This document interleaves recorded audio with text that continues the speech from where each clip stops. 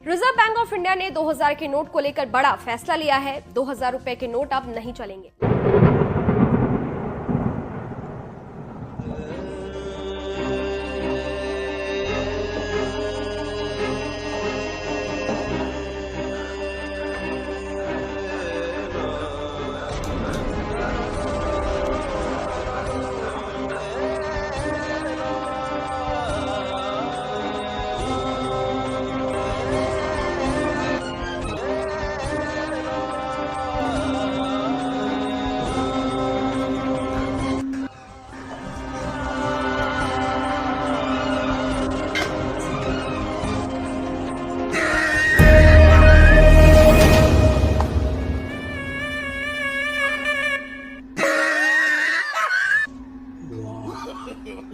ও বেঁচে গেছি।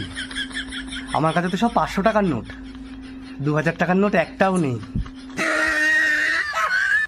আপনাদের কাছে যদি 2000 টাকার নোট থাকে এক্ষুনি ব্যাংকে জমা করুন। 2000 টাকার নোট কিন্তু বাতিল হয়ে যাচ্ছে।